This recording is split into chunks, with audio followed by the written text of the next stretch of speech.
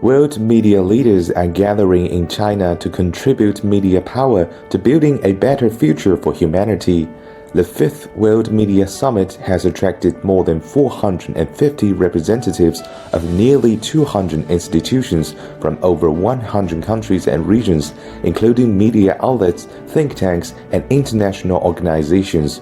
From Beijing to Guangzhou and Kunming, media executives have exchanged views on boosting global confidence and cooperation, aiming to forge a vision for the media's role in shaping a better world. Everything from the warm welcome, the attentiveness of the liaisons, it's so well organized, but it is such a great opportunity for us to meet medias across the world face to face. So it's an invaluable opportunities to have discussions, and we've learned a lot from each other and perhaps future cooperation.